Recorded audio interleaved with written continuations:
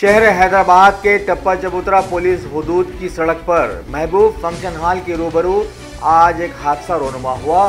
खबर दी गई है कि कार्टो ट्रॉली ने रॉन्ग साइड तेजी से आते हुए एक टू व्हीलर सवार बेगम बाजार के साकिन 19 साला सुरेश को टक्कर दे दी, जिसकी वजह से वो बुरी तरह जख्मी होकर सड़क पर तड़पता रह गया और ऑटो ड्राइवर फरार होने में कामयाब हो गया।